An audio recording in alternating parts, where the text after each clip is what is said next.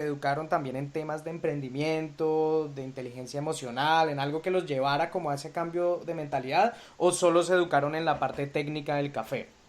Bueno, pues el cambio de mentalidad o realmente el conocer algo de emprendimiento, digamos que yo ya tenía pues como un poquitico del chip porque ya venía trabajando pues como profesional independiente, bueno, con mi empresa en Colombia y sí, digamos que uno asiste como a muchos foros, a muchas conferencias, eh, como net meetings que le llaman y el poder codearte con otros emprendedores, pues digamos que eso ayuda bastante como para uno seguir creyendo que vas por buen camino. Estaba yo contándole a mi esposo de una empresa en Colombia, en Cali específicamente, de una pelada que empezó a hacer como una poción para su cabello y el esposo le dijo, ve, por qué no empezás a comercializar eso? Y pues efectivamente ella empezó a hacerlo y ahorita la vieja vende, o sea, es shampoo, bálsamo, vende tratamiento, crema para peinar, o sea, está haciendo desarrollo de productos y generando pues como una comunidad alrededor de eso bastante buena. Entonces digamos que no es solamente el hecho de uno educarse, porque eso es bueno, sino que también como que uno mira alrededor y uno dice, o sea, si otras personas lo están haciendo, ¿por qué no yo? Entonces digamos que en mi caso pues como que la formación profesional, digamos, de mi carrera profesional me ayudó mucho y digamos pues que la parte de mi esposo pues ya le doy la palabra a él para que nos cuente un poco más. Sí, claro, yo estoy de acuerdo con Rocío, dentro de esa parte de la formación que es tan importante, subrayaba yo que, por ejemplo, en particularmente aquí en las universidades a ti no te preparan ni te, digamos, te alinean para que seas un emprendedor. Realmente la educación es básicamente recibida para que tú llenes y entres dentro de las líneas de ser un empleado. Pero al haber estado yo en este país por varios años me empecé a dar cuenta de algo que era bien marcado entre lo que una persona era y podría alcanzar, digámoslo así, mientras continuaba siendo un empleado hasta los 65 años que se jubilaba, y lo que un emprendedor podía alcanzar en quizás mitad de ese tiempo, quizás menos tiempo. Y entonces comencé yo a identificar eso en mi contacto con los dueños de negocios, porque he sido vendedor de aseguranzas para negocios. Me empecé a dar cuenta de esa particularidad, me empecé a dar cuenta de hacerle preguntas y hablar con ellos de cómo comenzaron, de qué hicieron, y me empecé a dar cuenta y a comparar ese emprendedor con una persona que trabajaba para una compañía y esperaba jubilarse a los 65, algún día tener tiempo para hacer las cosas que quería. Rápido me di cuenta que había una gran diferencia y que el camino era por allí. Ahora, uno puede tener, digamos, la oportunidad de tener a un mentor o una persona que esté al lado de uno y le diga, ve, haga las cosas así, haga las cosas allá, y eso facilita mucho las cosas. Un emprendedor, una persona que lo ayude a uno, que le diga, así es que se hacen las cosas, eso sería fabuloso. Si alguien lo tiene, debería aprovecharlo, pero otros no tenemos esa oportunidad. Otros simplemente nos tiene que mover la pasión, el deseo de cambiar algo, de generar un cambio, y es allí en esa búsqueda donde yo creo que uno empieza a encontrarse con las herramientas para poder alcanzar lo que uno quiere. Y en esa búsqueda nos encontramos con un librito que es súper viejo, la edición creo que data estoy mirándolo aquí, lo tengo en mis manos, del 97, imagínate, de 1997. Y muchos pudieron haberlo tenido en sus manos y quizás leerlo por obligación en la universidad, o nunca realmente lo tuvieron ahí, lo leyeron de pasada y no le pusieron atención. Pero cuando este libro cayó en mis manos, yo le puse tanta atención que fue como el gatillo que me impulsó a hacer eso, porque digamos que yo siempre decía, si yo tuviera un mentor, si yo tuviera alguien que me enseñara diferentes cosas que yo sabía que estaban allá, pero no sabía cómo encontrarlas. Lo encontré comenzando en este libro y eventualmente más material que esta persona también ha desarrollado. Mi esposa lo mencionó y se llama Robert Kiyosaki y el nombre del libro es El Padre Rico y Padre Pobre. Y en este libro tú encuentras la diferenciación, o él hace me encanta la forma porque lo escribe tan sencillo en un lenguaje tan simple, pero te hace la diferencia entre la mentalidad de un padre rico o de un padre empresario y la mentalidad del padre que viene de ser un empleado por años y que piensa que el camino de ser empleado es digamos, el mejor. Y él te compara las dos escenas, las dos familias, las dos maneras de pensar, las dos maneras de responder a cosas diferentes.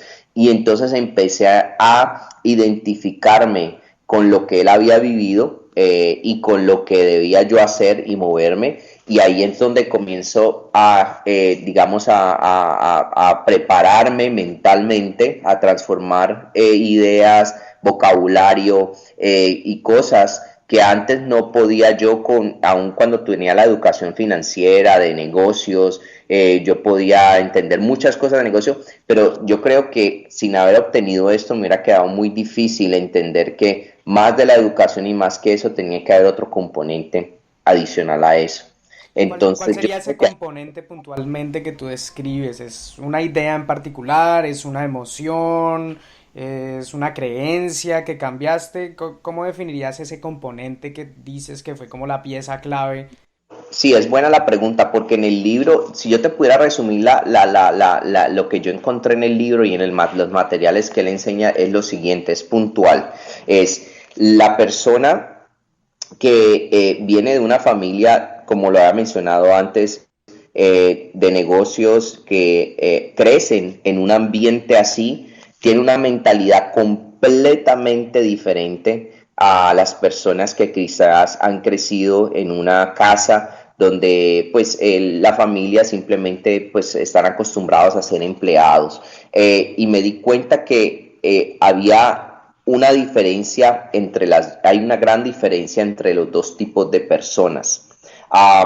Unos trabajan por el dinero o para conseguir dinero, los otros hacen que el dinero trabaje para ellos.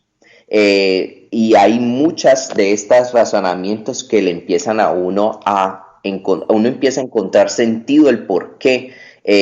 Tiene mucho sentido la manera como la persona, digamos que vienen de una familia que tienen un entendimiento sobre el dinero y sobre cómo hacer que el dinero trabaje para ellos. Es invertida a la manera como usualmente uno crece y usualmente se lo enseñan en la universidad. Entonces, para mí el componente es la manera como tú identificas el dinero.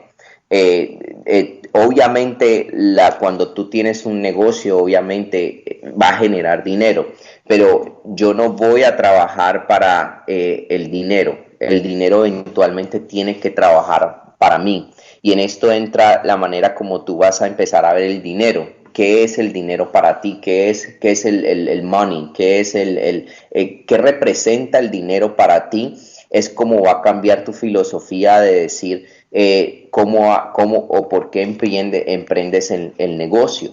Entonces, la clave es entender esa diferenciación en que la gente rica o la gente de empresas, de gente que tienen empresas por años, le educan a sus hijos y les enseñan a sus hijos a mirar esto y de la manera como la mayoría o el gran número. Mira, la última clase que tuve en economía mostraron unas estadísticas. ¿Tú sabías que aproximadamente el 1 o el 2%, el número de personas de los Estados Unidos tienen el 90% de las riquezas de Estados Unidos? O sea, la distribución de riquezas del 90% de este país está concentrada en el 2%. El resto, que es el 10 más o menos, el 10% de la riqueza está distribuido en el restante, que es un 98% más o menos. Eso es una cifra loquísima. Entonces, la riqueza se ha concentrado en un 2% de personas que han identificado cosas como estas y que las mantienen allí, que para ellos son muy normales hablarlas, conocerlas, entenderlas. El resto digamos, del 98% de la población viven con la misma mentalidad de graduarse, conseguir un trabajo que más le pague, trabajar duro hasta los 65, cuando tiene los 65 años, ahorita sí dedíquese a viajar, tenga una casa grande y compre las cosas que quiera y se mueren a los 75. Entonces, es un detonante, es un cambio cuando uno toma una decisión y dice, yo no quiero eso, hay un cambio que tengo que generar. Y cuando tú tienes el deseo, tú empiezas a encontrar las respuestas a las cosas que te van a llevar a entender eso. No, pues Andrés, me gusta mucho este conocimiento que nos compartes. Me identifico con muchas de las ideas que mencionas. Yo también he recorrido un camino en la educación financiera y hay cosas que me llaman supremamente la atención, ¿no? Y es que la relación con el dinero que tenemos las personas es principalmente algo muy mental. Y definitivamente venimos de una cultura que nos enseña a trabajar por y para el dinero. Y en medio de esa relación hay cualquier cantidad de cosas, ¿no? O sea, relaciones de estrés, relaciones de ansiedad, relaciones de dificultad, y es un ciclo que se repite y es muy aprendido. Cuando realmente el dinero puede ser entendido como un medio para incluso generar más dinero y un medio para también vivir otro tipo de experiencias, experiencias de tranquilidad, experiencias de viaje, experiencias de muchísimas cosas. Y yo creo que es valiosísimo esto que nos estás compartiendo y clave y agrega mucho valor también entendiendo el país en el que venimos. Yo leí hace un tiempo una noticia que decía que Colombia ocupa uno de los últimos lugares en educación financiera en el mundo, lo cual quiere decir que las personas en Colombia estamos lejos, la gran mayoría, de empezar a vivir estas ideas que tú hoy en día nos estás compartiendo. Y yo lo que pienso es que, claro, no tiene en sí solo nada de malo ser empleado, pero la dificultad es que hay escasez de empleo para todos. Necesitamos más empresarios en el mundo, por un lado, tengan la capacidad de generar empleo para aquellas personas que conscientemente puedan decidir ser empleados, y se requieren más empresarios, más personas que enseñen a relacionarnos con el dinero de una forma distinta. Me gustaría puntualizar ahora en ese camino de cambiar de conciencia y de mentalidad hacia una mentalidad de ser empresario. ¿Qué dificultades y qué miedos ustedes han tenido que vencer?